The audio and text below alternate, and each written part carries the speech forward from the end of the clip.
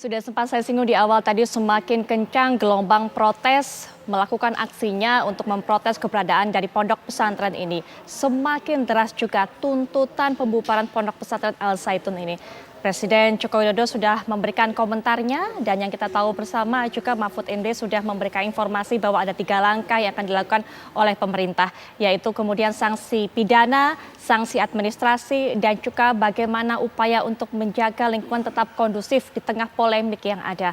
Akankah langkah-langkah ini kemudian bisa berjalan? Karena seperti yang kita tahu, upaya untuk memanggil saja, kemudian upaya untuk meminta keterangan tabayun begitu istilahnya dilakukan pada Jumat kemarin di Gedung Sate Bandung tidak membuahkan hasil karena memang Panji Gumilang masih belum mau menjawab pertanyaan yang diberikan oleh tim investigasi. Kita akan gali lebih dalam lagi mengenai hal ini, terlebih juga hasil dari penyelidikan ataupun juga hasil dari penelitian kalau kita bisa bilang dilakukan oleh MUI pada tahun 2002 ini mengungkapkan bahwa adanya relasi antara NII dengan Pondok Pesantren Al Zaitun ini. Untuk bisa memberikan informasi lebih lanjut sudah hadir para narasumber di samping saya. Yang pertama adalah Mas Ken Setiawan, beliau merupakan dari NII Crisis Center. Assalamualaikum warahmatullahi wabarakatuh, Mas Ken. Waalaikumsalam warahmatullahi wabarakatuh. Baik, selain Mas Ken juga akan berbincang kepada kita yaitu Prof. Utang Ranuwijaya selaku Ketua Bidang Pengkajian dan Penelitian dari MUI. Assalamualaikum warahmatullahi wabarakatuh. Selamat malam, Prof. Waalaikumsalam warahmatullahi wabarakatuh. Baik, Mas Ken juga saya yakin sudah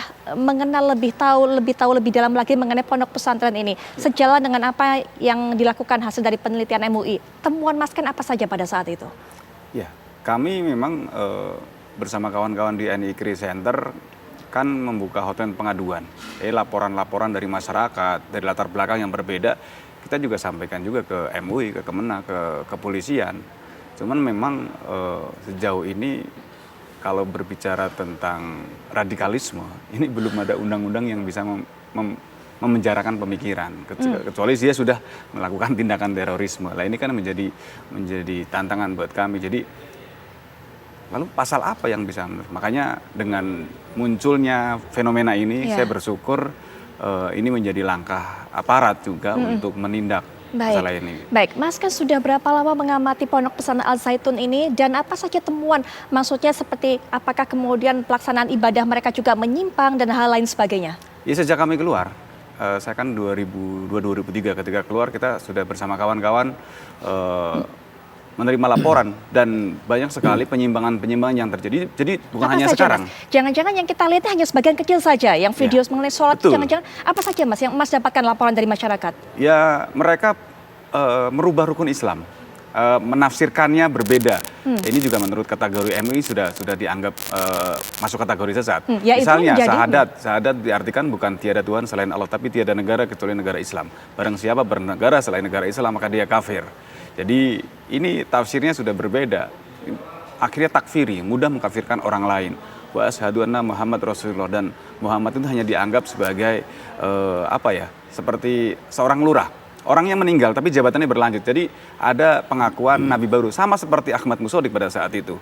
Lalu sholat, ini bukan hanya seperti yang kemarin viral. Sholat itu belum diwajibkan. Karena menganggap negara ini belum tegak hukum Islam, ini masih jahiliyah. Jadi sholat belum diwajibkan, makanya sholat suka-suka mereka. Bahkan mereka katakan, mereka kan calon pemimpin negara. Jangan pakai sarung, sholatnya necis, pakai jas, pakai dasi, itu yang terjadi. Jadi menurut mereka sholat di negara Republik Indonesia itu seperti buah apel yang baru dipetik, bahkan masuk supermarket dibungkus aluminium foil. Tapi apel yang dibungkus aluminium foil jatuh ke tempat sampah, nilainya apel atau sampah. Jadi walaupun KTP Islam, rajin ibadah, berada di sebuah tempat negara yang katanya undang-undangnya melawan hukum Allah, itu kan Pancasila, Togut, berhala. Jadi bukan umat Islam, tapi umat Pancasila. Jadi sholat bagi mereka itu belum wajib. Mereka akan melakukan sholat bila negara Islam sudah tegak di Indonesia. Baik, Mas Ken pernah menjadi bagian dari Al Zaitun. Apa kemudian yang membuat Mas Ken ini kemudian sadar bahwa ini salah, kemudian juga keluar dari sana? Belajar Islam itu kan tolok ukurnya rahmatan lil alamin, akhlak kita menjadi baik. Di sana semakin hari bukan semakin baik, semakin banyak kita ngerekrut, semakin banyak tanggung jawab yang kita lakukan. Contohnya apa Mas? Ya kita harus bertanggung jawab terhadap orang-orang kita rekrut, termasuk masalah infak. Kalau kita misalnya target, 1 bulan dapat target 100 juta, kita hanya dapat 50 juta. Itu kalau di Jakarta, daerah Jakarta itu dulu kalau pulang nggak dapat target, baju dilepas dicambuk, kalau belum dalam belum berhenti. Jadi siapa yang mencambuk? Siapa yang menghukum itu?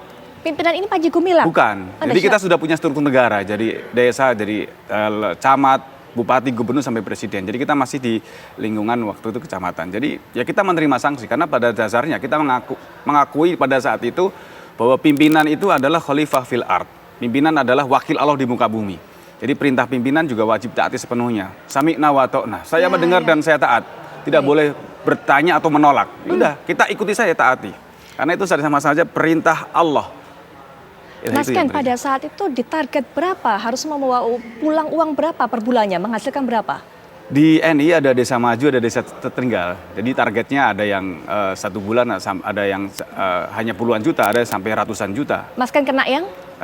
Dulu sampai ratusan juta. Ratusan Bahkan juta untuk itu Jakarta maksudnya yang desa maju. Definisi desa maju, desa tertinggal ini apa, Mas? Kalau desa maju itu daerah wilayah Jakarta, yang memang Jakarta, terutama Jakarta Selatan, yang dihuni oleh banyakkan kalangan mahasiswa. Dulu ada kalangan artis juga banyak ke situ. Kalau desa tertinggal itu pinggiran-pinggiran Jakarta, ya Jakarta Timur, Bekasi, Cikarang, yang dihuni oleh kayak pembantu rumah tangga, kalau karyawan, kuli bangunan, yang banyak kan rata-rata adalah kalangan perantau, kan mereka terbatas. Berbeda dengan kalangan mahasiswa yang pintar, bahkan di Jakarta Selatan itu dulu infaknya sampai miliaran rupiah. Karena 1 bulan saja mereka mendirikan yayasan yatim piatu. 1 bulan dari yayasan itu bisa sampai 10 miliar. Nah, hanya modal proposal, mereka surat tugas, mereka masuk ke perusahaan-perusahaan, bahkan ke pemerintahan, ini bisa menghasilkan puluhan miliar per bulan. Karena mereka tahu orang Indonesia baik-baik, orang Indonesia dermawan-dermawan. Kalau kita infak nggak mikir mau kemana, yang penting udah bagus ini. Nah, ini dimanfaatkan oleh mereka daripada kriminal, mendingan kita menggunakan metode ini. Bahkan kalau di medsos, mereka masuk ke grup-grup Instagram, Facebook, termasuk WhatsApp, masuk ke grup, nanti tiap orang di chat. Kami dari yayasan ini, dari organisasi yang jelas, company profile, surat tugas, diserahkan ini loh, legalitas organisasi. Mau nyumbang berapa? Kalau belum jadi donatur per bulan. Oke. Panen mereka. Mas Ken tugasnya sama seperti itu, Ya. metodenya juga sama, Ya. mengajukan proposal, menemui calon-calon donatur seperti Dulu itu. seperti itu. Karena Baik. itu dianggap efektif. Sebelumnya kita menggunakan pola-pola kekerasan. Jadi kalau ada berita di TV dulu, pembantu baru kerja 1 hari ke Jakarta Majikan. Oke. Itu loh grup kita. Karena dianggap itu beresiko dengan keamanan, ya kita tinggalkan mode itu. Dulu kalau kita 1 hari pernah dapat 1 miliar itu. Jadi kita dengan modal 5 orang tim kita perempuan, itu kita belum udah besar, itu kita siapin KTP, ijazah, kakak palsu. Dulu kita buat di Jatinegara 1 hari, 1 jam selesai. Jadi kita nggak usah 1 minggu 1 bulan. 1 hari majikan pergi anak sekolah di komplek elit, Pondok Indah, Permata Hijau, Kalibata, Pejaten. 1 minggu, satu minggu kelamaan. 1 hari saja majikan pergi anak sekolah, abi rumah kosong. Kita bawa mobil, kalau perlu bawa truk, harta orang kafir nggak apa-apa. Kita kayak orang pindahan. Diambil harta Ya, bendanya. harta orang kafir nggak apa-apa. Jadi harta seluruh orang di luar kelompok Tidak itu dilaporkan kafir. ke polisi. Ya pada saat itu kan kita pernah juga ketangkep, tapi kasusnya murni kriminal, tidak dikembangkan bahwa ini bukan sebuah aliran keagamaan. Baik, jadi Mas Ken, setiap bulan semua target itu pasti tercukupi, bahkan berlebih. Targetnya selalu naik, karena tasdik infak itu kalau di NI nggak pernah ini terus menaik terus. Oke. Dan kalau tidak tercapai, ini dianggap sebagai hutang, akan diakumulasi dan kita harus menerima sanksi. Itu yang terjadi. Mas Ken sering diberikan hukuman cambuk Ya. seperti itu karena tidak mendapatkan sesuai target? Ya, kawan-kawan yang dulu teknisnya, kalau yang tidak maksimal itu. Hukumannya selalu cambuk atau ada hukuman lain? Macam-macam. Jadi ada bahasa kita dulu ini yang juga membuat kita protes. Kalau kita tidak maksimal, termasuk perempuan itu, mohon maaf dulu, ada yang sampai jual diri. Maksudnya untuk jual infak. diri? Maksudnya Untuk jual- infak demi duit. Bahkan di wilayah Jakarta Selatan itu mohon maaf, 1 perempuan pernah digilir 4 orang laki-laki demi infak.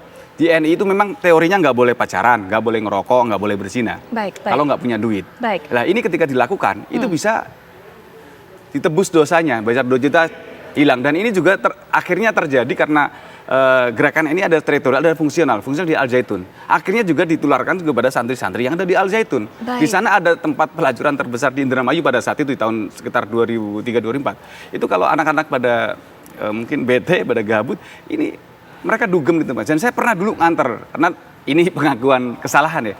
Dulu pernah nganter santri-santri untuk melakukan ya hiburan, dugem di sana, minum-minuman, termasuk perempuan di tempat CI Cilegon Indah termasuk dulu.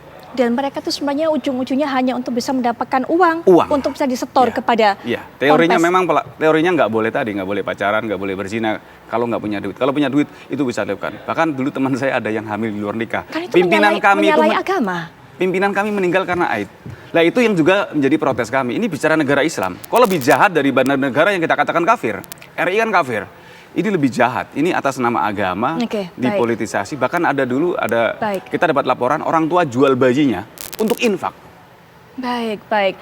Prof, ini apa yang dikatakan oleh Mas Ken pada hari ini diungkapkan betul-betul membuat kita geleng-geleng kepala dan juga ini di luar nalar kita. Tapi apakah hal seperti ini juga ditemukan pada saat itu, pada saat MUI melakukan penyelidikan pada tahun 2002? Tahun 2002 tim kami yang turun ke lapangan pada garis besarnya memang menemukan